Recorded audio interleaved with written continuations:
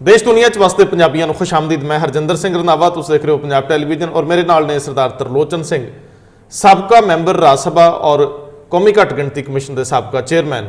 सिखां दे वड्डे आगू सरदार तरलोचन सिंह सिख मसलियां ते अक्सर बेबाक राय रखते हैं।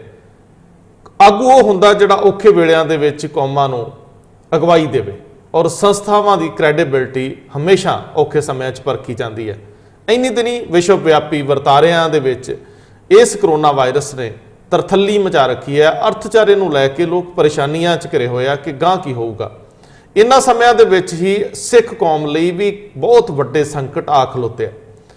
औखे समयां दे विच जिन्हां संस्थावां ने बांह फड़नी सी वो आप बांहां खड़ियां करके तुहानूं हाका मार रहे आ कि तुसीं दसवंध कड्डो, मदद करो। बनदा भी आ, गुरु घरां दे विच मदद करनी बनदी आ, शरधापूर्वक जाना बनदा है। लेकिन की औखे वेलियां लई संस्थावां ने अपनी कोई बी प्लान जिन्हों कहते होंदे आ, कोई दूजा प्लान नहीं रखिया हुंदा? आखिर सिख कौम लई है कौन जिहड़े साडे वाली वारस? कदे परख दे विच पिया नूं सानूं अगवाई देण वाले कौन होणगे कदे चेता ही नहीं आया, कदे सोचिया ही नहीं। सो इन्हीं दिनी जदों साडे बच्चे विदेशां 'च फस गए, स्पेन वर्गे देश के विच, इटली वर्गे देश के विच गैर कानूनी गए बच्चों को कोई मैडिकल सहूलत ना की चीज़ नहीं, जदों उत्थे उन्हां कोल कागज पत्रां दी कमी, वापस भी नहीं आ सकते, कईयां कोल ते पासपोर्ट भी नहीं होणगे। वो बच्चे जिहड़े विदेशां दे विच गए, काम करके अपनी फीसां कढ रहे सी, रहण सहण दा खर्चा कर रहे सीगे, कनेडा, आस्ट्रेलिया, अमेरिका वर्गे थावां ते वो उत्थे फस के बह गए क्योंकि अर्थचारे ने किसी का लिहाज नहीं करना। और मंदी के दौर दे विच सब तो पहल उन्हां लोकां नूं मिलनी आ जिन्हां उस देश की नागरिकता लई है जां जिन्हां कोल नागरिकता है जां उन्हां दे प्रथम नागरिक ने। सो इस औखी घड़ी दे विच देश विदेश विच फसे साडे सिखां लई किहड़ी संस्था जिहड़ी खड़ी होवे, किहड़ा हैल्पिंग हैंड अगे वधे, किहड़ा हत्थ जिहड़ा उन्हां नूं आसरा देवे, ये बड़ा वड्डा सवाल है। और इन्हीं दिनी जिन्हां संस्थावां ने मूहरियों लड़ाई देनी सी वो उदासीन ने और तकलीफ च ने क्योंकि फंड्स की बहुत कमी है।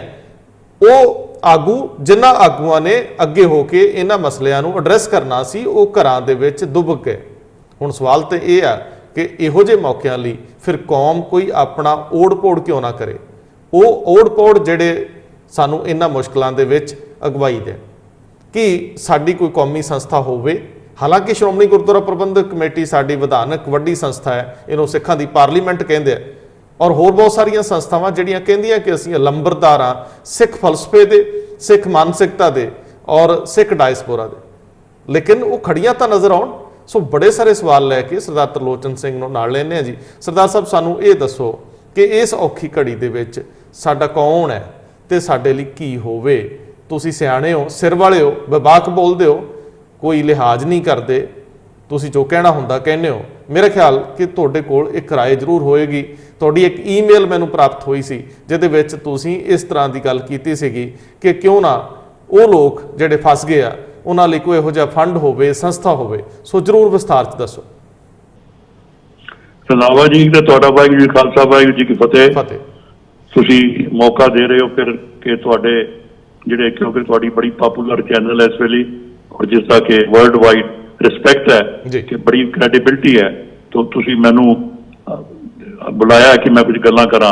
पहली गल जिहड़ी सानूं सारिआं नूं एक्सैप्ट करनी चाहिदी है वो है कि जिहड़ी इस वक्त क्राइसिस है जिन्हों कि पहली बार शायद दुनिया के इतिहास में सारी ह्यूमैनिटी इनवॉल्व है।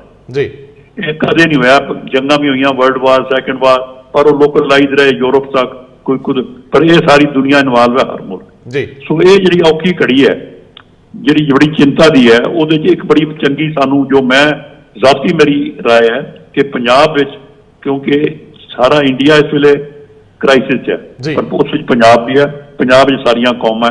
लेकिन मैं एप्रीशिएट करदा कि जो महाराजा पटियाला सारे CM है उसने लीडरशिप जो दिखाई है वो सारिया पार्टियां नूं और सारिया पंजाबियों नूं एप्रीशिएट करनी चाहिए। एज ए आर्मी मैन वो इसनूं डील कर रहा। मैं शायद इंडिया जो रोल उहदा है वो सारी दुनिया एक्सैप्ट कर रही है और जो मैं समझना पंजाब गुरु करे, गुरु की धरती है, पर एफर्ट ऑफ पंजाब गवर्नमेंट बहुत अच्छी है और सारे लोग इहदे नाल कोऑपरेट कर रहे हैं।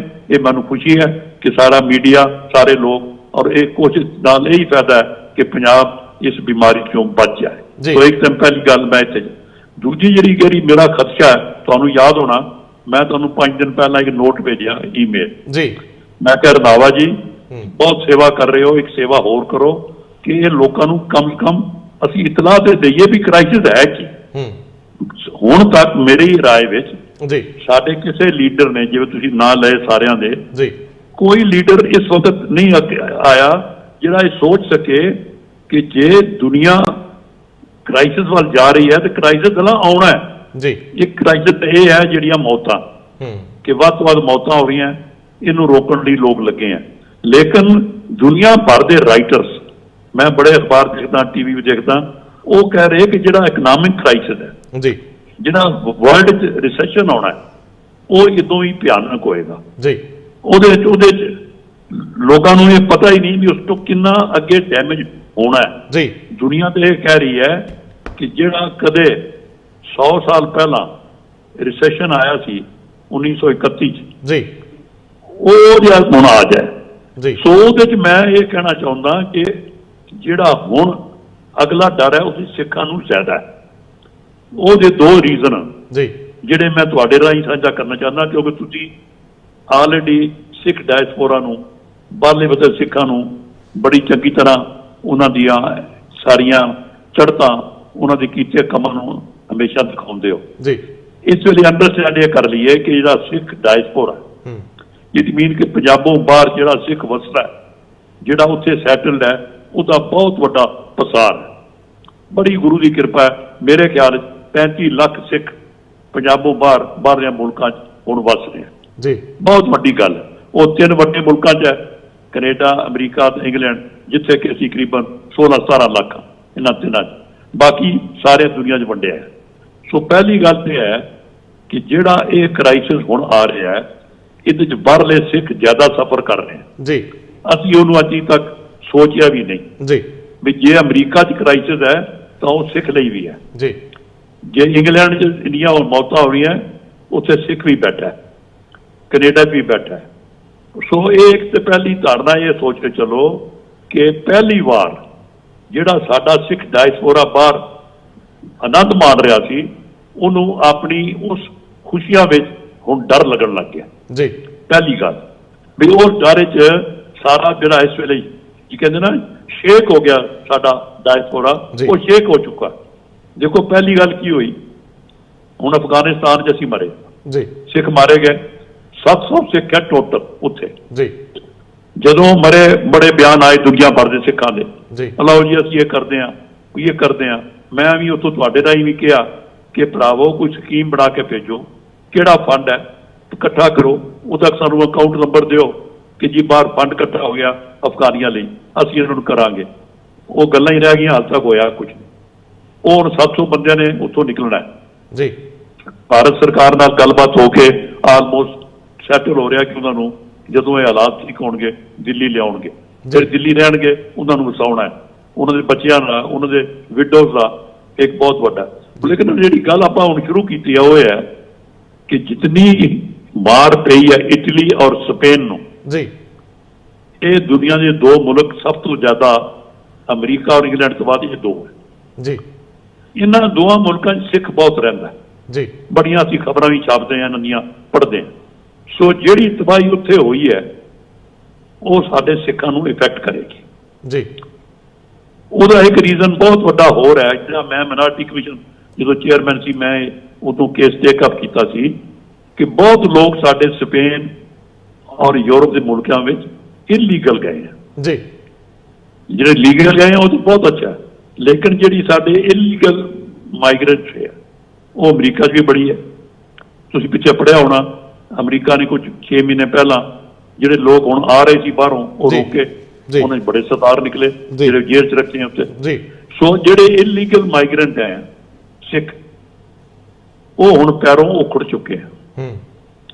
ਇਹ ਗੱਲ ਸਮਝੋ, ਕਿਉਂਕਿ ਅਨਐਮਪਲਾਇਮੈਂਟ ਸਾਰੀ ਦੁਨੀਆ 'ਚ ਹੋ ਜਾਣੀ। ਜਦੋਂ ਅਨਐਮਪਲਾਇਮੈਂਟ ਆਉਂਦੀ ਹੈ ਤਾਂ ਪਹਿਲਾਂ ਆਪਣੇ ਮੁਲਕ ਦੇ ਲੋਕਾਂ ਨੂੰ ਪ੍ਰਾਇਰਟੀ ਹੁੰਦੀ ਹੈ, ਚਾਹੇ ਅਮਰੀਕਾ ਚਾਹੇ ਇੰਗਲੈਂਡ, ਉੱਥੇ ਫਿਰ ਰੇਸ਼ੀਅਲ ਗੱਲ ਆ ਜਾਂਦੀ ਹੈ ਕਿ ਇਹ ਤਾਂ ਬਾਹਰਲੇ ਹੈ ਜੀ। ਸੋ ਜਦੋਂ ਹੁਣ ਅਨਐਮਪਲਾਇਮੈਂਟ ਸਿਖਰ ਤੇ ਜਾਏਗੀ, ਉਹਦੇ ਸਾਡੇ ਲੋਕਾਂ ਨੂੰ ਬਹੁਤ ਬੁਰੀ ਤਰ੍ਹਾਂ ਇਫੈਕਟ ਹੋਏਗੀ ਜੀ। ਹੁਣ ਦੇਖੋ ਜਿੰਨੇ ਸਾਡੇ ਸਿੱਖ ਬਾਹਰ ਹੈ ਨਾ ਅਮਰੀਕਾ 'ਚ, ਉਹ ਪੈਟਰੋਲ ਪੰਪਾਂ ਤੇ ਕੰਮ ਕਰਦੇ ਜੀ। ਪੈਟਰੋਲ ਪੰਪ ਬੰਦ ਹੋ ਗਏ ਸਾਰੇ ਜੀ ਸਾਰੇ ਵਿਹਲੇ ਹੋ ਗਏ, ਸਾਰੇ ਟੈਕਸੀ ਡਰਾਈਵਰ ਬੰਦ ਹੋ ਗਏ, ਸਿੱਖ ਵਿਹਲੇ ਹੋ ਗਏ। ਸੋ ਇਹ ਗੱਲਾਂ ਇੱਕ ਸਾਡੇ ਜਿਹੜੀ ਨਾ ਇਫੈਕਟ ਕਰ ਰਹੀਆਂ, ਉਹਦੇ ਬਾਰੇ ਸਾਨੂੰ ਕੋਈ ਜਾਣਕਾਰੀ, ਨਾ ਹੀ ਕੋਈ ਡੇਟਾ ਕਲੈਕਟ ਕਰ ਰਿਹਾ ਜੀ, ਨਾ ਕਿਸੇ ਸਾਡੀ ਸਿੱਖ ਸੰਸਥਾ ਨੇ ਹੁਣ ਤੱਕ ਸੋਚਿਆ ਕਿ ਹਰ ਮੁਲਕ ਸਾਡੇ ਨਾਲ ਕੀ ਵਾਪਰਿਆ, ਕੀ ਦੁੱਖ ਹੈ, ਕੁਝ ਨਹੀਂ। ਹਾਂ, ਸਵਾਏ ਕਦੇ ਕਦੇ ਮੈਂ ਉਹ ਅਜੀਤ ਅਖਬਾਰ ਉਹਨਾਂ ਦਾ ਬੈਕ ਪੇਜ ਆਉਂਦਾ ਇੱਕ ਇੰਟਰਨੈਸ਼ਨਲ, ਉੱਥੇ ਖਬਰਾਂ ਛਪਦੀਆਂ, ਉਹ ਮੈਂ ਪੜ੍ਹਦਾ, ਲੇਕਿਨ ਹਾਲੇ ਤੱਕ ਡੇਟਾ ਨਹੀਂ ਕੋਈ ਕਲੈਕਟ ਕਰ ਰਿਹਾ। ਬੜੀ ਵੱਡੀ ਗੱਲ ਜੇ ਕਿ ਜਿਹੜਾ ਸਿੱਖ ਇਲੀਗਲ ਹੈ ਨਾ ਯੂਰਪ ਵਿੱਚ, ਉਹ ਮੈਡੀਕਲ ਟ੍ਰੀਟਮੈਂਟ ਵੀ ਦੇ ਐਂਟਾਈਟਲ ਨਹੀਂ, ਮੈਡੀਕਲ ਮਿਲਦਾ ਜਿਹੜੇ ਸ਼ਹਿਰੀ ਹੁੰਦੇ ਨੇ ਫ੍ਰੀ ਹੈ, ਇੰਗਲੈਂਡ ਵਗੈਰਾ ਸਾਰਿਆਂ। ਜਿਹੜਾ ਇਲੀਗਲ ਉਹਨੂੰ ਕੋਈ ਮੈਡੀਕਲ ਨਹੀਂ, ਉਹ ਵਿਚਾਰੇ ਨੂੰ ਕਿੱਥੇ ਜਾਣਗੇ। ਉਸ ਤੋਂ ਬਾਅਦ ਜਿਹੜਾ ਇਲੀਗਲ ਜਾਂਦਾ ਆਪਣੇ ਪਾਸਪੋਰਟ ਛੁਪਾ ਦਿੰਦਾ, ਕਈ ਤਾਂ ਫਾੜ ਦਿੰਦੇ, ਸ਼ੋਅ ਕਰਨ ਨੂੰ ਕਿ ਅਸਾਈਲਮ ਲੈ ਰਹੇ ਆ। ਸੋ ਹੁਣ ਜੇ ਉੱਥੋਂ ਨਿਕਲਣਾ ਪਿਆ, ਉਹ ਵਾਪਸ ਕਿਵੇਂ ਆਉਣਗੇ, ਬਿਲਕੁਲ ਕਿਵੇਂ ਪਾਸਪੋਰਟ ਬਣਨਗੇ, ਉਹਨਾਂ ਦੇ ਖਰਚੇ ਕੌਣ ਦੇਵੇਗਾ, ਫਿਰ ਵਾਪਸ ਪੰਜਾਬ ਲਿਆਉਣਾ। ਸੋ ਇਹ ਇੱਕ ਬੜੇ ਵੱਡੇ ਇਸ਼ੂ ਹੈ ਕਿ ਜਿਹੜਾ ਸਿੱਖ ਵੇਖੋ ਦੁਬਈ ਤੁਸੀਂ ਬੜਾ ਚੰਗੀ ਤਰ੍ਹਾਂ ਜਾਣਦੇ ਹੋ ਜੀ, ਸਾਰਾ SP ਸਿੰਘ ਬਰਾਏ ਇਹ ਦੁਬਈ ਦਾ ਹੀ ਤਨਾਟ ਹੈ ਜਿਹੜਾ ਸੇਵਾ ਕਰਦੇ ਬਈ, ਸਾਰਾ ਦੁਬਈ ਜਿਹੜਾ ਪੰਜਾਬੀ ਲੇਬਰ ਵਿਹਲੀ ਹੋ ਗਈ ਹੈ, ਉਹ ਹੁਣ ਕੀ ਕਰੇਗੀ। ਦੇਖੋ ਉਸ ਤੋਂ ਵੱਧ ਉਹਨਾਂ ਤੋਂ ਪਹਿਲਾਂ ਕੇਰਲ ਵਾਲੇ ਬੈਠੇ, ਉਹ ਵਿਹਲੇ ਹੋ ਗਏ, ਸਾਰੇ ਵਾਪਸ ਹੁਣ 4 ਬੈਠੇ। ਈਰਾਨ ਜਿੰਨੇ ਸਾਡੇ ਕੁਝ 100-150 ਸੀ, ਉਹ ਨਿਕਲ ਕੇ ਆ ਵੀ ਚੁੱਕਾ, ਵਾਪਸ ਆ ਗਏ। ਸੋ ਜਿਹੜਾ ਹੁਣ ਸਾਡਾ ਡਾਇਸਪੋਰਾ ਜੇ ਬਾਹਰ, ਜਿਹੜੇ ਲੋਕ ਇਸ ਬਿਮਾਰੀ 'ਚ ਇਸ ਦੁਖੀ ਹੈ, ਅੰਡਰ ਡਿਸਟ੍ਰੈਸ ਹੈ, ਉਹਨਾਂ ਦੀ ਦੇਖਭਾਲ ਕਰਨੀ ਸਿੱਖ ਕੌਮ ਦੀ ਜ਼ਿੰਮੇਵਾਰੀ, ਔਰ ਤੁਹਾਡੇ ਵਰਗੇ ਚੈਨਲਾਂ ਦੀ ਡਿਊਟੀ ਹੈ ਕਿ ਸਿੱਖਾਂ ਨੂੰ ਇਹ ਕਰਾਓ ਯਾਦ ਕਿ ਭਰਾਵੋ ਹੁਣ ਸੋਚੋ ਕਿ ਜਿਹੜਾ ਬਾਹਰ। ਔਰ ਇੱਕ ਹੋਰ ਪੁਆਇੰਟ ਮੈਂ ਨਾਲ ਐਡ ਕਰੀ ਜਾਵਾਂ, ਜਿਹੜਾ ਸਿੱਖ ਸਟੂਡੈਂਟ ਹੈ ਜੀ, ਉਹ ਲੱਖਾਂ ਦੀ ਗਿਣਤੀ ਬਾਹਰ ਗਿਆ ਜੀ, ਸਭ ਤੋਂ ਵੱਧ ਕੈਨੇਡਾ, ਆਸਟ੍ਰੇਲੀਆ, ਫਿਰ ਇੰਗਲੈਂਡ ਤੇ ਇਸ ਵੇਲੇ ਸਾਰੀਆਂ ਯੂਨੀਵਰਸਿਟੀਆਂ ਕਾਲਜ ਬੰਦ ਹੋ ਗਏ ਜੀ, ਹੋਸਟਲ ਖਾਲੀ ਕਰਾ ਲਏ ਗਏ, ਬੱਚੇ ਰੁਲ ਰਹੇ। ਸਟੂਡੈਂਟ ਨੂੰ ਪ੍ਰੋਬਲਮ ਖੜੀ ਹੋ ਗਈ, ਇਹ ਵਾਪਸ ਕਿਵੇਂ ਆ ਗਏ ਜੀ। ਉਹ ਜਦੋਂ ਵਾਪਸ ਆਉਣਗੇ ਪੰਜਾਬ, ਕਿੰਨੀ ਵੱਡੀ ਨਫਰੀ ਸਾਡੀ, ਫਿਰ ਪੰਜਾਬ ਵਾਪਸ ਆ ਜਾਏ ਜੀ। ਸੋ ਇਹ ਬੜਾ ਵੱਡਾ ਇਸ਼ੂ ਜੇ।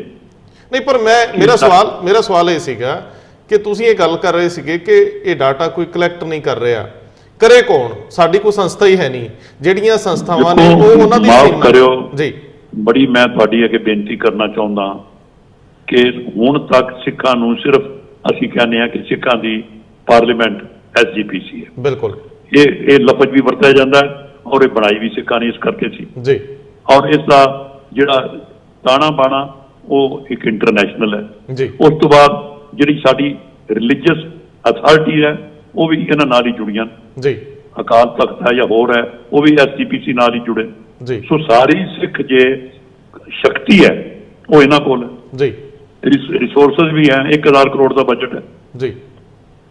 ਅੱਛਾ, ਮੈਂ ਤੁਹਾਨੂੰ ਯਾਦ ਹੋਣਾ ਤੁਹਾਡੇ ਰਾਹੀਂ ਅਪੀਲ ਕੀਤੀ ਸੀ ਔਰ ਤੁਸੀਂ ਉਸ ਨੂੰ ਬੜਾ ਸਿਰੇ ਲਾਇਆ ਕਿ ਜਦੋਂ ਇਹ ਬਿਮਾਰੀ ਸ਼ੁਰੂ ਹੋਈ, ਮੈਂ ਕਿਹਾ ਜੀ ਤੁਹਾਡੀ ਇਨਕਮ ਖਤਮ ਹੋ ਰਹੀ ਹੈ ਜੀ। ਅੱਜ ਮੈਂ ਅਖਬਾਰ 'ਚ ਪੜ੍ਹਿਆ ਕਿ ਕਈ ਕਰੋੜਾਂ ਦੀ ਇਨਕਮ ਜਾ ਰਹੀ ਹੈ ਰੋਜ਼ ਦੀ ਜੀ, ਰੋਜ਼ ਦੀ। ਕੱਲੀ SGPC ਨਹੀਂ, ਵਰਲਡ ਵਾਈਡ ਗੁਰਦੁਆਰੇ ਚੜਾਵਾ ਬੰਦ ਹੋ ਗਿਆ ਜੀ, ਤੇ ਗੁਰਦੁਆਰਿਆਂ ਦੀ ਇਨਕਮ ਘਟ ਗਈ। ਤੇ ਇਹਨਾਂ ਨੇ ਕੀਤਾ ਕਿ ਲੰਗਰ ਲਾਣੇ ਸ਼ੁਰੂ ਕਰਤੇ ਜੀ। ਲੰਗਰ ਬੜੀ ਅੱਛੀ ਚੰਗਾ, ਸਿੱਖਾਂ ਦੀ ਬਹੁਤ ਵੱਡੀ ਸਿਫਤ ਹੈ ਕਿ ਗੁਰੂ ਮਹਾਰਾਜ ਦੇ ਗਏ, ਲੇਕਿਨ ਲੰਗਰ ਗੁਰਦੁਆਰਿਆਂ ਤੱਕ ਸੀਮਤ ਹੋਵੇ। ਲੇਕਿਨ ਅਸੀਂ ਚਾਹੁੰਦੇ ਹਾਂ, ਦੁਨੀਆ 'ਚ ਕਿਧਰੇ ਹੋਇਆ ਨਹੀਂ, ਅਸੀਂ ਜਹਾਜ਼ ਬੈਠ ਕੇ ਉੱਡ ਕੇ ਪਹੁੰਚੇ ਨਹੀਂ ਕਿ ਅਸੀਂ यहाँ ਸਿਰਫ ਲੰਗਰ ਤੁਹਾਨੂੰ ਖਵਾਉਣ ਆਏ, ਤੁਹਾਨੂੰ ਹੋਰ ਰੋਟੀ ਕੋਈ ਨਹੀਂ ਦਿੰਦਾ, ਅਸੀਂ ਦਿਆਂਗੇ। ਉਹੀ ਹੁਣ ਸ਼ੁਰੂ ਕਰਤਾ ਸੀ, ਦਿੱਲੀ ਮੁਕਾਬਲੇ ਹੋਣ ਲੱਗ ਗਏ ਸਾਡੇ ਲੀਡਰਾਂ ਦੇ ਵੀ ਜ਼ਿਆਦਾ ਲੰਗਰ ਕੌਣ ਕਰਦਾ ਜੀ। ਮੈਂ ਇਹ ਅਪੀਲ ਕੀਤੀ ਸੀ ਕਿ ਆਪਣੇ ਰਿਸੋਰਸਿਸ ਫੰਡ ਬਚਾ ਕੇ ਰੱਖੋ ਜੀ, ਇਹ ਲੋੜ ਪੈਣੇ ਆ ਇਹਨਾਂ ਦੀ, ਤੁਹਾਨੂੰ ਵਰਤੋਂ ਲਈ ਲੋਕਾਂ ਨੇ ਮੰਗ ਕਰਨੀ, ਦੁਨੀਆ ਕਹੇਗੀ ਸਾਨੂੰ ਦਿਓ, ਜਿਵੇਂ ਕੱਲਾ ਅਫਗਾਨਿਸਤਾਨ ਕਹਿ ਰਿਹਾ ਨਾ। ਬਾਕੀ ਦੁਨੀਆ ਦੇ ਹੁਣ ਜਿੰਨੀ ਮੈਂ ਗੱਲਾਂ ਗਿਣਾਈਆਂ, ਉਹ ਸਾਰਿਆਂ ਲਈ ਸਾਨੂੰ ਹੁਣ ਲੋੜ ਹੈ। ਸਰਦਾਰ ਸਾਹਿਬ, ਜੋ ਤੁਸੀਂ ਪਹਿਲਾਂ ਵੀ ਆਰੰਭ ਕੀਤਾ ਕਿ ਸਿੱਖ ਜਿਹੜਾ ਇਸ ਤਕਲੀਫ 'ਚ ਹੈ, ਉਹ ਇੰਗਲਿਸ਼ ਵਰਡ ਹੈ ਸਿੱਖ ਇਨ ਡਿਸਟ੍ਰੈਸ ਜੀ, ਕਿ ਜਿਹੜੀ ਇਸ ਬਿਮਾਰੀ ਕਰਕੇ ਇਸ ਵੇਲੇ ਸਾਡੀ ਜਿਹੜੇ ਲੋਕ ਖਰਾਬ ਹਨ, ਉਹਨਾਂ ਲਈ ਇੰਟਰਨੈਸ਼ਨਲ ਲੈਵਲ ਤੇ ਹਰ ਮੁਲਕ ਸਿੱਖ, ਜੇ ਤੁਹਾਡੇ ਕੋਲ ਪੈਸਾ ਹੈ ਗੁਰੂ ਦਾ ਨਾਂ ਦਾ, ਉਹ ਫੰਡ ਇਕੱਠੇ ਕਰੋ, ਉਹ ਫੰਡ ਇਹਨਾਂ ਗਰੀਬ ਸਿੱਖਾਂ ਤੇ ਲਾਓ ਜਿਹੜੇ ਇਸ ਬਿਮਾਰੀ ਦਾ ਹੁਣ ਸ਼ਿਕਾਰ ਹੋਣਗੇ। ਮੈਂ ਲੇਕਿਨ ਸਰਦਾਰ ਸਾਹਿਬ ਸਵਾਲ ਇਹ ਆ ਕਿ ਉਹ ਫੰਡ, ਉਹ ਪੈਸੇ ਇਕੱਠੇ ਕਿੱਥੇ ਹੋਣ, ਕਿਉਂਕਿ ਜਿਹੜੀਆਂ ਸੰਸਥਾਵਾਂ ਜਿਨ੍ਹਾਂ ਨੂੰ ਅਸੀਂ ਪਾਰਲੀਮੈਂਟ ਕਹਿੰਦੇ ਸੀ ਉਹਨਾਂ ਨੇ ਤਾਂ ਔਖੇ ਵੇਲਿਆਂ ਬਾਰੇ ਸੋਚਿਆ ਹੀ ਨਹੀਂ। ਹੁਣ ਤੁਸੀਂ ਕਿਉਂਕਿ ਅਕਾਲੀ ਪੋਲਿਟਿਕਸ ਨੂੰ ਨੇੜਿਓਂ ਜਾਣਦੇ ਹੋ, ਜੇਕਰ ਅਸੀਂ 550ਵੇਂ ਸਾਲ ਤੇ ਪ੍ਰਕਾਸ਼ ਪੁਰਬ ਤੇ 12-13 ਕਰੋੜ ਖਰਚਣ ਦੀ ਬਜਾਏ 2 ਕਰੋੜ 'ਚ ਗੁਜ਼ਾਰਾ ਕਰਦੇ, ਜੇਕਰ ਅਸੀਂ ਹੁਣ ਲੰਗਰ ਪੋਲੀਟੀਕਲ ਲੋਕਾਂ ਦੇ ਕਹਿਣ ਤੇ ਸੁੱਟਣ ਦੀ ਬਜਾਏ, ਜਾਂ ਡੀਸੀ ਸਾਨੂੰ ਕਹਿੰਦੇ ਕਈਆਂ ਘਰਾਂ 'ਚ 10-10 ਦਿਨ ਦਾ ਲੰਗਰ ਫਾਲਤੂ ਪਿਆ ਰਿਹਾ, ਲੋਕਾਂ ਨੇ ਖਾਧਾ ਵੀ ਨਹੀਂ।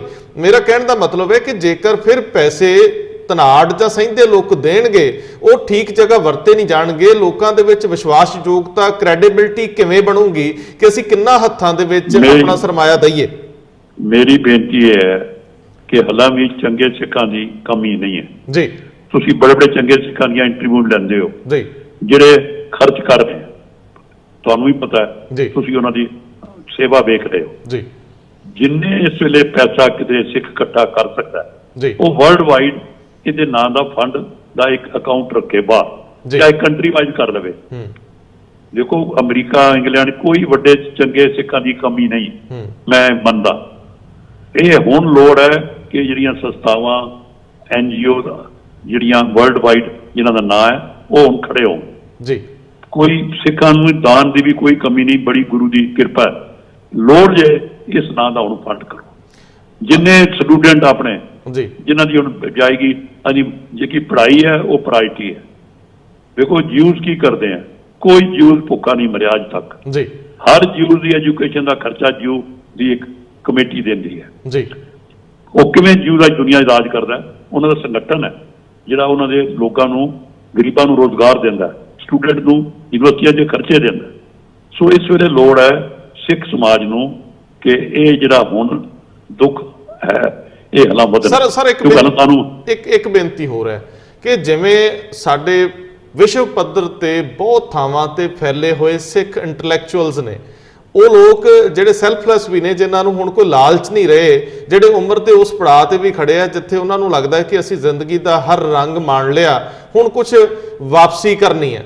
ਮੈਨੂੰ ਇੰਝ ਲੱਗਦਾ ਹੈ ਕਿ ਜੇਕਰ ਕਿਸੇ ਦੀ ਹਉਮੈ ਵਿੱਚ ਨਾ ਆਉਂਦੀ ਹੋਵੇ ਤੇ ਐਸੇ ਵਰਲਡ ਵਾਈਡ ਕੋਈ 50 ਸਿੱਖ ਜਾਂ 21 ਸਿੱਖ ਜਾਂ ਜਿੰਨੀ ਵੀ ਗਿਣਤੀ ਹੋਵੇ, ਉਹਨਾਂ ਦੇ ਆਧਾਰਿਤ ਕੋਈ ਐਸਾ ਤਰੀਕਾਕਾਰ ਬਣਾਇਆ ਜਾਵੇ ਕਿ ਸਾਨੂੰ ਮੁਸ਼ਕਿਲ ਵੇਲੇ ਅਗਵਾਈ ਵੀ ਦੇਣ, ਸਾਨੂੰ ਰਾਜਨੀਤਿਕ, ਸਮਾਜਿਕ, ਧਾਰਮਿਕ ਅਗਵਾਈ ਵੀ ਦੇਣ, ਔਰ ਸਾਡੇ ਲਈ ਇਸ ਤਰ੍ਹਾਂ ਦੇ ਮੌਕਿਆਂ ਤੇ ਕੋਈ ਠੀਕ ਰਾਏ ਅਗਵਾਈ ਲਈ ਖੜੇ ਹੋਣ। ਜਿੱਦਾਂ ਇਹ ਫੰਡਸ ਦੀ ਗੱਲ ਹੋ ਰਹੀ ਆ ਕਿ ਕਿਸ ਪੱਧਰ ਤੇ ਕਿੱਥੇ ਖਰਚੇ ਕਰਨ ਦੀ ਲੋੜ ਹੈ, ਕਿੱਥੋਂ ਪੈਸੇ ਜਨਰੇਟ ਕੀਤੇ ਜਾ ਸਕਦੇ ਆ। ਕੱਲੇ ਗੁਰੂ ਘਰਾਂ ਦੀਆਂ ਗੋਲਕਾਂ ਤੇ ਕੇਂਦਰਿਤ ਨਾ ਰਹੀਏ, ਔਰ ਗੁਰੂ ਘਰਾਂ ਦੀਆਂ ਜਿਹੜੀਆਂ ਗੋਲਕਾਂ ਤੋਂ ਆਉਂਦਾ ਮਾਇਆ ਵਾ ਉਹ ਵੀ ਬੜੇ ਤਰੀਕੇ ਨਾਲ ਵਰਤਣ ਲਈ ਕਹਿਣ, ਤਾਂ ਕਿ ਇਹ ਨਾ ਹੋਵੇ ਕਿ ਜਿਹੜੀ ਧਿਰ ਦਾ ਕਬਜ਼ਾ ਗੁਰੂ ਘਰਾਂ ਦੇ ਉੱਤੇ ਆ, ਭਾਵੇਂ ਲੋਕਤੰਤਰੀ ਕਬਜ਼ਾ ਹੋਵੇ, ਉਹ ਜਿੱਦਾਂ ਮਰਜ਼ੀ ਚਾਹੁਣ ਤੇ ਵਰਤੀ ਜਾਣ ਤੇ ਔਖੇ ਵੇਲੇ ਅਸੀਂ ਵੇਂਦੇ ਰਹੀਏ ਕਿ ਕੋਈ ਸਾਡੀ ਮਦਦ ਕਰਨ ਲਈ ਆਵੇ। ਕੋਈ ਕਿਉਂ ਆਏਗਾ ਜੀ? ਦੇਖੋ ਰੰਧਾਵਾ ਜੀ, ਸਿੱਖਾਂ ਦੀ ਗੁਰੂ ਦੀ ਇੰਨੀ ਬਖਸ਼ਿਸ਼ ਹੈ ਜੀ ਕਿ ਬੜੀ ਟਾਪ ਪੋਸਟਾਂ ਵਰਲਡ ਦੀਆਂ, ਇੰਡੀਆ ਦੀਆਂ ਜੀ ਸਿੱਖਾਂ ਨੇ ਮਾਣੀਆਂ ਜੀ। ਚੰਡੀਗੜ੍ਹ ਸ਼ਹਿਰ ਵਿੱਚ ਵੀ ਸੁਪਰੀਮ ਕੋਰਟ ਦੇ ਰਿਟਾਇਰਡ ਜੱਜ ਬੈਠੇ ਹੈ ਸਿੱਖ ਜੀ, ਆਰਮੀ ਜਰਨੈਲ ਬੈਠੇ ਹੈ, ਜਿਹੜੇ ਬੈਂਕਾਂ ਦੇ ਚੇਅਰਮੈਨ ਹੈ, ਮੈਨੂੰ ਐਟਲੀਸਟ ਯਾਦ ਹੈ ਕਿ 6 ਜਾਂ 7 ਸਿੱਖ ਇੰਡੀਆ ਦੇ ਵੱਡੀਆਂ ਬੈਂਕਾਂ ਦੇ ਚੇਅਰਮੈਨ ਉਹ ਰਿਟਾਇਰਡ ਬੈਠੇ ਹੈ ਜੀ। ਦੇਖੋ ਪਲੈਨਿੰਗ ਕਮਿਸ਼ਨ ਦਾ ਜਿਹੜਾ ਚੇਅਰਮੈਨ 10 ਸਾਲ ਰਿਹਾ ਹੋਵੇ ਜੀ, ਆਲੂਵਾਲੀਆ ਸਾਹਿਬ, ਉਹ ਸਿੱਖ ਸਾਹਿਬ ਬੈਠੇ ਹੈ। ਰਿਜ਼ਰਵ ਬੈਂਕ ਦੇ ਜਿਹੜੇ ਸਭ ਤੋਂ ਵੱਡੀਆਂ ਪੋਸਟਾਂ ਉਹ ਵੀ ਬੈਠੇ ਹੈ। ਕਿੰਨੇ ਸਿੱਖ IAS secretary government of India ਬੈਠੇ, ਸਿੱਖ ਰਾਈਟਰਸ ਬੈਠੇ ਹੈ। ਮੈਂ ਹੈਰਾਨ ਹਾਂ ਕਿ ਸਿੱਖਾਂ ਨੂੰ ਇੱਕ ਮਾਫ ਕਰਿਓ, ਜਿਹੜਾ ਇਹ ਸਿੱਖ ਇੰਟੈਲੀਜੈਂਸੀ ਹੈ, ਇਹਨੇ ਕਦੇ ਇਕੱਠੇ ਹੋ ਕੇ ਕਦੇ ਆਵਾਜ਼ ਨਹੀਂ ਉਠਾਈ। ਗੱਲਾਂ ਅਸੀਂ ਸਾਰੇ ਕਰਦੇ ਹਾਂ ਘਰਾਂ 'ਚ ਬੈਠ ਕੇ ਜੀ, ਲੇਕਿਨ ਸਿੱਖ ਧਰਮ ਨੂੰ ਮੈਂ ਪਿਛਲੇ 70 ਸਾਲ ਕਦੇ ਸਿੱਖ ਇੰਟੈਲੈਕਚੁਅਲ ਨੂੰ, ਹਾਂ ਇੱਕੋ ਵਕਤ ਸੀ ਜਦੋਂ ਆਲ ਇੰਡੀਆ ਸਿੱਖ ਸਟੂਡੈਂਟ ਫੈਡਰੇਸ਼ਨ ਹੁੰਦੀ ਸੀ ਜੀ, ਉਸਨੇ ਬੜਾ ਰੋਲ ਪਲੇ ਕੀਤਾ ਇੰਟੈਲੈਕਚੁਅਲ ਦਾ। ਟਾਪ ਬੰਦੇ ਉਸ ਵਕਤ ਦੇ ਡਾਕਟਰ ਮਨਮੋਹਨ ਸਿੰਘ ਵੀ ਜਦੋਂ ਪਸ਼ਾਵਰ ਪੜ੍ਹਦਾ ਸੀ ਨਾ, ਉਦੋਂ ਇਸ ਫੈਡਰੇਸ਼ਨ ਦਾ ਮੈਂਬਰ ਬਣਿਆ ਸੀ। ਅੱਛਾ। ਸੋ ਦੁਨੀਆ ਦੇ ਬੜੇ ਟਾਪ ਸਿੱਖ ਜਿਹੜੇ ਬਾਹਰ ਵਰਲਡ 'ਚ ਬੈਠੇ ਹੈ, ਉਹ ਆਲ ਇੰਡੀਆ ਸਿੱਖ ਫੈਡਰੇਸ਼ਨ ਦੇ ਮੈਂਬਰ ਰਹੇ। ਤੁਸੀਂ ਵੀ ਰਹੇ ਜੀ? ਬੜੀ ਬੜੀ ਵੱਡੀ ਗੱਲ ਹੈ ਕਿ ਲਗਾਤਾਰ ਸਿੱਖ ਫੈਡਰੇਸ਼ਨ ਸਿੱਖ ਕੌਮ ਦੀ ਮਦਦ ਕਰਦੀ ਸੀ ਇੰਟੈਲੈਕਚੁਅਲ ਲੈਵਲ ਤੇ, ਲੇਕਿਨ ਅਕਾਲੀ ਦਲ ਨੇ ਪਤਾ ਨਹੀਂ ਕੀ ਕੀਤਾ ਕਿ ਇਸ ਨੂੰ ਆਲਮੋਸਟ ਖਤਮ ਕਰਤਾ ਜੀ। ਸ਼ਾਇਦ ਇਹ ਸੋਚ ਕੇ ਵੀ ਸਾਨੂੰ ਲੋੜ ਨਹੀਂ, ਇਹ ਕਿਤੇ ਲੀਡਰ ਹੀ ਨਾ ਲੈ ਜਾਣ ਸਾਡੇ ਚ। ਜੇ ਸਾਡੇ ਲੀਡਰਾਂ ਨੇ ਤਾਂ ਕਿ ਕੋਈ ਬਰਾਬਰ ਦਾ ਲੀਡਰ ਪੈਦਾ ਨਾ ਹੋਵੇ, ਫੈਡਰੇਸ਼ਨ ਖਤਮ ਹੋ ਗਈ। ਹੁਣ ਫੈਡਰੇਸ਼ਨ ਕਿਵੇਂ ਬੜਾ ਇਨਾਮ ਕੋਈ ਲਿਖ ਲਵੇ ਮੈਂ ਪ੍ਰਧਾਨ ਹਾਂ, ਬਾਡੀ ਹੈ ਨਹੀਂ ਕੋਈ, ਨਾ ਪਿਛਲੇ 15-20 ਸਾਲ 30 ਸਾਲ ਇਸ ਬਾਡੀ ਨੇ ਕੋਈ ਰੋਲ ਅਦਾ ਕੀਤਾ। ਸੋ ਮੈਂ ਇੰਟੈਲੈਕਚੁਅਲ ਨੂੰ ਕੋਈ 84 ਦਾ ਸਾਰਾ ਵਾਕਿਆ ਕਦੇ ਕੋਈ ਇੰਟੈਲੈਕਚੁਅਲ ਨੇ ਬੋਲਿਆ ਇਹ ਗਲਤ ਹੈ, ਆਪੇ ਤੋਂ ਸੁਧਾਰ ਕਰੋ ਬਈ। ਇਹ ਇੰਡੀਆ 'ਚ ਪਿੱਛੇ ਜੇ ਕਿੰਨੇ ਬਿੱਲ ਆਏ ਭਾਰਤ ਸਰਕਾਰ ਦੇ, ਟਾਪ ਇੰਡੀਆ ਦੇ ਇੰਟੈਲੈਕਚੁਅਲ ਨੂੰ ਮੈਂ ਦਾਤ ਦੇਣਾ, ਉਹਨਾਂ ਨੇ ਜੁਰਤ ਕੀਤੀ ਸਰਕਾਰ ਦੇ ਖਿਲਾਫ ਲਿਖਣ ਦੀ। ਬੜੇ ਬੜੇ ਵੱਡੇ ਇਸ਼ੂ ਲੋਕਾਂ ਨੇ ਜਾ ਕੇ ਸੁਪਰੀਮ ਕੋਰਟ ਰਿਟਾਂ ਪਾਈ, ਬਿਆਨ ਦਿੱਤੇ, ਲੇਕਿਨ ਸਿੱਖ ਇੰਟੈਲੈਕਚੁਅਲ ਨਹੀਂ ਖੜਾ ਹੁੰਦਾ। ਬਾਹਰ ਡੈਸ਼ਬੋਰਡ 'ਚ ਕੋਈ ਹੈ ਜਿਹੜੇ ਕਰਦੇ ਨੇ, ਲੇਕਿਨ ਵਿਦ ਇਨ ਇੰਡੀਆ ਜ਼ੀਰੋ ਹੈ। ਮੈਂ ਤੁਹਾਡੀ ਰਾਏ ਦੀ ਤਾਇਦ ਕਰਦਾ, ਇਸ ਵੇਲੇ ਲੋੜ ਹੈ ਕਿ ਜਿਹੜੇ ਸਿੱਖ ਬੈਠੇ ਹੋ ਵੱਡੀਆਂ ਪੋਸਟਾਂ ਲੈ ਕੇ ਘਰਾਂ 'ਚ ਉੱਠੋ। ਹੁਣ ਕੌਮ ਨੂੰ ਤੁਹਾਡੀ ਸਿਆਣਪ ਦੀ ਲੋੜ ਹੈ ਜੀ, ਰਾਏ ਦਿਓ, ਰਾਏ ਦੇ ਕੇ ਅੱਗੇ ਲੱਗੋ। ਮੈਂ ਬੜੀ ਅਪੀਲ ਕਰਦਾ ਕਿ ਇਸ ਵੇਲੇ ਸਾਰੇ ਸੋਚੋ। ਮੈਂ ਇਕੱਲਾ ਜੋ ਬੋਲਦਾ ਇਹ ਮੇਰੀ ਜਿੰਨੀ ਕੱਕਰ ਰੱਬ ਸੀ ਮੈਂ ਚਾਹੁੰਦਾ, ਇਹ ਮੈਂ ਕੋਈ ਗਲਤ ਵੀ ਹੋ ਸਕਦਾ, ਕੋਈ ਮੇਰੇ ਕੋਲ ਕੋਈ ਫੈਕਟ ਫਿਗਰ ਕਲੈਕਟ ਕਰਨ ਦਾ ਰਸਤਾ ਨਹੀਂ, ਮੈਂ ਘਰ 'ਚ ਬੈਠਾ। ਸੋ ਮੇਰੀ ਇਹ ਬੇਨਤੀ ਹੈ ਕਿ ਇਸ ਵਕਤ ਸਾਰੀ ਦੁਨੀਆ ਦਾ ਜਿਹੜਾ ਇੰਟੈਲੈਕਚੁਅਲ ਸਿੱਖ ਹੈ ਉਹ ਇਹਨਾਂ ਗੱਲਾਂ ਤੇ ਸੋਚੇ, ਸੋਚ ਕੇ ਇਹਨੂੰ ਕਿਵੇਂ ਅਮਲ ਕਰੀਏ। ਦੇਖੋ ਵਰਲਡ ਬੈਂਕ ਹੈ ਨਾ ਦੁਨੀਆ ਦਾ, ਤੁਸੀਂ ਹੈਰਾਨ ਹੋਵੋਗੇ, ਉਹਦੇ 'ਚ ਵੀ ਕਈ ਸਿੱਖ ਡਾਇਰੈਕਟਰ ਰਹੇ ਜਿਹੜੇ ਅਮਰੀਕਾ 'ਚ ਰਹਿੰਦੇ ਜੀ। ਬਹੁਤ ਬੜੀ ਗੁਰੂ ਨੇ ਬਖਸ਼ਿਸ਼ ਕੀਤੀ ਹੈ ਕਿ ਸਾਡੇ ਲੋਕ ਹਨ ਜੀ। ਹੁਣ ਸਾਰੇ ਉੱਠੋ, ਇਹ ਆਪੇ ਲੀਡਰਸ਼ਿਪ ਪੈਦਾ ਹੋ ਜਾਂਦੀ ਹੈ ਜੀ। ਆਨੈਸਟ ਲੋਕਾਂ ਦੀ ਜਿਹਨੂੰ ਮਰਜ਼ੀ ਹੈ। ਦੇਖੋ ਇੱਥੇ ਜੇ ਫੰਡ ਇੰਡੀਆ 'ਚ ਖੋਲ੍ਹਣਾ ਹੋਵੇ, ਇੱਥੇ ਜਿਹੜੇ ਸਾਡੇ ਬੈਂਕਾਂ ਦੇ ਚੇਅਰਮੈਨ 4-5 ਅੱਗੇ ਲੱਗੋ, ਸੁਪਰੀਮ ਕੋਰਟ 'ਚ 2 ਜੱਜ 3 ਰਿਟਾਇਰਡ ਬੈਠੇ, ਉਹਨਾਂ ਨੂੰ ਲਾਓ, ਐਸਾ ਬੋਰਡ ਬਣ ਸਕਦਾ? ਕਿਉਂ ਨਹੀਂ ਬਣ ਸਕਦਾ ਜੀ? ਜਿਹਦੇ ਨਾਂ 'ਚ ਲੋਕਾਂ ਨੂੰ ਇਤਬਾਰ ਹੈ, ਫੰਡ ਇਕੱਠੇ ਹੋਣ ਜੀ। ਸਰਦਾਰ ਸਾਹਿਬ ਲੇਕਿਨ ਗੱਲ ਤੇ ਹੈ ਕਿ ਇਹਦਾ ਕੀ ਰਸਤਾ ਕੀ ਹੋਵੇ, ਮੈਂ ਇਸ ਬਾਰੇ ਐਕਸਪਰਟ ਨਹੀਂ। ਮੈਂ ਤੇ ਇੱਕ ਹੁੰਗਾਰਾ ਤੁਹਾਡੇ ਰਾਹੀਂ ਦੇਣਾ ਚਾਹੁੰਦਾ ਕਿ ਇਹ ਬਹੁਤ ਵੱਡਾ ਕ੍ਰਾਈਸਿਸ ਸਾਡੇ ਸਾਹਮਣੇ ਖੜਾ ਹੈ ਜੀ। ਇਹਨੂੰ ਪਹਿਲਾਂ ਮਾਪ ਕੇ ਦੇਖੋ ਕਿ ਕਿਸ ਲੈਵਲ ਤੇ ਹੈ, ਫਿਰ ਕੀ ਕੀਤਾ ਜਾਵੇ। ਮੇਰੀ ਅੱਜ ਤੁਹਾਡੀ ਰਾਹੀਂ ਇਹ ਬੇਨਤੀ ਹੈ। ਸਰਦਾਰ ਸਾਹਿਬ ਇੱਕ ਹੋਰ ਸਵਾਲ, ਮੈਂ ਵੈਸੇ ਦੋਸਤਾਂ ਨਾਲੇ ਸਾਂਝ ਪਾ ਲਵਾਂ ਕਿ ਅਫਗਾਨਿਸਤਾਨ ਦੇ ਵਿੱਚ ਸਿੱਖਾਂ ਨੂੰ ਉਧਰੋਂ ਇੱਧਰ ਲਿਆਉਣ ਦੀ ਜਿਹੜੀ ਸਰਗਰਮੀ ਸੀਗੀ, ਕਾਰਵਾਈ ਸੀ, ਇਕਲੌਤੇ ਸਿੰਘ ਸਾਹਿਬ ਸਰਦਾਰ ਤਰਲੋਚਨ ਸਿੰਘ ਆਪਣੇ ਤੌਰ ਤੇ ਲੱਗੇ ਹੋਏ ਆ, ਔਰ ਸਾਡੇ ਸੋਰਸ ਜਿਹੜੇ ਆ ਇਹ ਸੂਤਰ ਪੁਖਤਾ ਕਰਦੇ ਆ ਕਿ ਭਾਰਤ ਸਰਕਾਰ ਦੇ ਪੱਧਰ ਤੇ, ਸਾਡੇ ਇੱਕ ਸਿੱਖ ਵਜ਼ੀਰ ਦੇ ਪੱਧਰ ਦੇ ਉੱਤੇ ਜਿੰਨੀ ਗੱਲਬਾਤ ਹੋਈ ਆ ਉਹਦੇ ਵਿੱਚ ਬਹੁਤੀਆਂ ਫਾਰਮੈਲਿਟੀਜ਼ ਜਾਂ ਬਹੁਤਾ ਕੁਝ ਹੋ ਚੁੱਕਿਆ, ਸਿਰਫ ਇੱਕ ਅਨਾਉਂਸਮੈਂਟ ਬਾਕੀ ਆ ਕਿ ਉਹਨਾਂ ਪਰਿਵਾਰਾਂ ਨੂੰ ਦੇਖੋ ਮੈਂ ਇਸ ਲਈ ਤਾਂ ਨਹੀਂ ਦੱਸਣਾ ਚਾਹੁੰਦਾ, ਇੱਥੇ ਬੜੇ 2-3 ਹੋਰ ਸਿੱਖਾਂ ਨੇ ਦਿੱਲੀ 'ਚ ਬੜਾ ਅੱਛਾ ਰੋਲ ਪਲੇ ਕੀਤਾ ਜੀ। ਇਹਨਾਂ ਅਫਗਾਨੀਆਂ ਦੀ ਦਿੱਲੀ 'ਚ ਬੜੀ ਅੱਛੀ ਆਰਗੇਨਾਈਜੇਸ਼ਨ ਹੈ, ਉਹ ਵੀ ਬੜਾ ਇਸ ਕੰਮ ਕਰ ਰਹੀ ਹੈ ਜੀ। ਲੇਕਿਨ ਜੋ ਮੈਨੇ ਇਸ ਵੇਲੇ ਲੇਟੈਸਟ ਨੌਲੇਜ ਹੈ ਕਿ ਭਾਰਤ ਸਰਕਾਰ ਨੇ ਬੜਾ ਚੰਗਾ ਰਾਏ ਰੱਖੀ ਹੈ ਸਾਡੇ ਇਹਨਾਂ ਲਈ ਜੀ, ਔਰ ਸਾਰੀ ਹਾਈਐਸਟ ਲੈਵਲ ਤੇ ਇਹ ਡਿਸਕਸ ਹੋ ਚੁੱਕਾ ਹੈ। ਇੰਡੀਅਨ ਐਮਬੈਸੀ ਜਿਹੜੀ ਕਾਬਲ ਹੈ ਉਹ ਹੁਣ ਕੀ ਕਰ ਰਹੀ ਹੈ ਕਿ ਜਿਹੜੇ 500-600 ਸਿੱਖ ਹੈ ਉਹ ਸਾਰੇ ਗੁਰਦੁਆਰਾ ਕਰਤਾ ਪ੍ਰਵਾਨ 'ਚ ਰਹਿ ਰਹੇ ਹਨ ਜੀ, ਤੇ ਉੱਥੇ ਹਿੰਦੁਸਤਾਨ ਦੀ ਜਿਹੜੀ ਆਪਣੀ ਆਰਮੀ ਦੀ ਯੂਨਿਟ ਗਈ ਹੈ ਐਮਬੈਸੀ ਲਈ, ਉਹਦੀ ਇੱਕ ਯੂਨਿਟ ਉੱਥੇ ਉਹਨਾਂ ਦੀ ਰੱਖਿਆ ਕਰ ਰਹੀ ਹੈ। ਬਹੁਤ ਵੱਡੀ ਗੱਲ। ਵਾਹ ਬਈ ਵਾਹ। ਅੱਛਾ, ਸਾਡੀ ਆਪਣੀ ਫੌਜ ਦੇ ਲੋਕ ਉੱਥੇ ਖੜੇ ਜੀ, ਅਫਗਾਨ ਗਵਰਨਮੈਂਟ ਦੇ ਟੈਂਕ ਵੀ ਖੜੇ ਜੀ।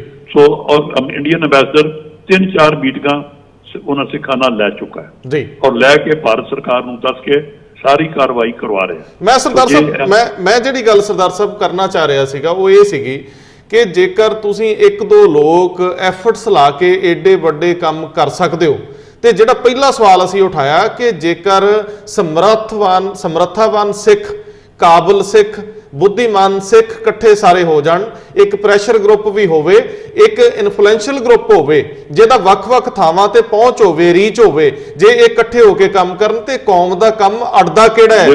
ਦੇਸ਼ ਦੇਸ਼ਾਂਤਰਾਂ 'ਚ ਜੇ ਤੁਸੀਂ ਇਕੱਲੇ ਕਰ ਸਕਦੇ ਹੋ ਤਾਂ ਹੀ ਤਾਂ ਮੈਂ ਹੱਥ ਕਰਦਾ ਹੈ ਕਿ ਕੋਈ ਐਸੀ ਸੰਸਥਾ ਹੋਂਦ ਵਿੱਚ ਆ ਜੇ, ਤੁਸੀਂ ਸਿਰ ਜੋੜ ਲਓ। ਆਖਰ ਇਹ ਹਉਮੈ ਲੈ ਕੇ ਕਿੱਥੇ ਜਾਵਾਂਗੇ? ਆ ਦੌਰ ਆਇਆ ਜੀ ਮਰਨ ਮਰਾਉਣ ਦਾ, ਕਰੋਨਾ ਵਾਇਰਸ ਨੇ, ਕਿਹਦੀ ਕੌਣ ਜ਼ਿੰਮੇਵਾਰੀ ਲੈ ਸਕਦਾ ਕਿ ਕੌਣ ਬਚੂਗਾ ਕੌਣ ਜਿਊਗਾ? ਨਿਊਯਾਰਕ 'ਚ ਇੰਨੇ ਸਾਡੇ ਲੋਕ ਮਰ ਗਏ ਆ। ਇੱਕ ਲੁਬਾਣਾ ਬਰਾਦਰੀ ਦੇ ਇੱਕ ਵੱਡੇ ਸਿੰਘ ਜਿਹੜੇ ਉੱਥੇ ਜਨਰਲ ਸਕੱਤਰ ਸੀਗੇ, 30,000 ਦੀ ਉਹਨਾਂ ਦੀ ਇੱਕ ਸਭਾ ਸੀ, ਉਹ ਫੌਤ ਹੋ ਜਾਂਦੇ। ਸੋ ਸਰਦਾਰ ਸਾਹਿਬ ਸਵਾਲ ਇਹ ਆ ਕਿ ਜਦੋਂ ਸਾਡੇ ਜੀਣ ਦੀ ਕੋਈ ਜ਼ਿੰਮੇਵਾਰੀ ਲੈਣ ਨੂੰ ਰੈਡੀ ਨਹੀਂ ਮੁਸ਼ਕਲ ਦੌਰ ਦੇ ਵਿੱਚ, ਤੇ ਫਿਰ ਇਹ ਹਉਮੈ ਦਾ ਕੀ ਕਰਨਾ? ਤੁਸੀਂ 2-3 ਕਰ ਸਕਦੇ ਹੋ ਤੇ ਜੇ ਇਕੱਠੇ। ਮੇਰੀ ਬੇਨਤੀ ਤੁਹਾਨੂੰ ਰੰਧਾਵਾ ਜੀ ਕਿ ਸਾਡੇ ਮੀਡੀਆ ਵਿੱਚ ਬਹੁਤ ਪਾਵਰਫੁਲ ਸਿੱਖ ਅਖਬਾਰ ਹੈ ਜੀ, ਬਹੁਤ ਪਾਵਰਫੁਲ ਸਾਰੇ ਤੁਹਾਡੇ ਮੀਡੀਆ 'ਚ ਬੈਠੇ ਹੋ।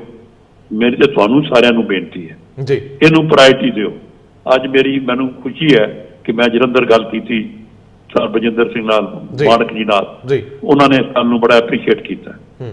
ਮੈਂ ਨਾ ਇਹ ਕਹਿਣਾ ਕਿ ਮੈਂ ਇੱਕ ਟੈਕਨੋਲੋਜੀ ਦੇ ਤੌਰ ਤੇ ਮੈਂ ਸਾਰਿਆਂ ਨੂੰ ਅਪੀਲ ਹੀ ਕਰ ਸਕਦਾ, ਔਰ ਤੁਸੀਂ ਬਹੁਤ ਵੱਡਾ ਕੰਮ ਕੀਤਾ ਕਿ ਅੱਜ ਇਸ ਪ੍ਰੋਗਰਾਮ ਨੂੰ ਇੰਟਰਨੈਸ਼ਨਲ ਲੈਵਲ ਤੇ ਲੋਕਾਂ ਨੂੰ ਦੱਸਣ ਦੀ ਕੋਸ਼ਿਸ਼ ਕੀਤੀ ਹੈ। ਜੇ ਸਾਰੇ ਤੁਸੀਂ ਇਕੱਠੇ ਹੋ ਕੇ ਇੱਧਰ ਚੱਲ ਪਏ ਤਾਂ ਜਿਵੇਂ ਪੰਜਾਬ ਦਾ ਸਾਰਾ ਪੰਜਾਬੀ, ਚਾਹੇ ਹਿੰਦੂ ਹੈ ਚਾਹੇ ਸਿੱਖ ਹੈ, ਉਹ ਪੰਜਾਬ ਬਿਮਾਰੀ ਨੂੰ ਰੋਕਣ ਲਈ ਲੱਗਿਆ, ਸਰਕਾਰ ਦੇ ਨਾਲ ਕੋਆਪਰੇਟ ਕਰ ਰਿਹਾ। ਇਸ ਤਰ੍ਹਾਂ ਹੀ ਅਸੀਂ ਸਾਰੇ ਅਬਵ ਪੋਲਿਟਿਕਸ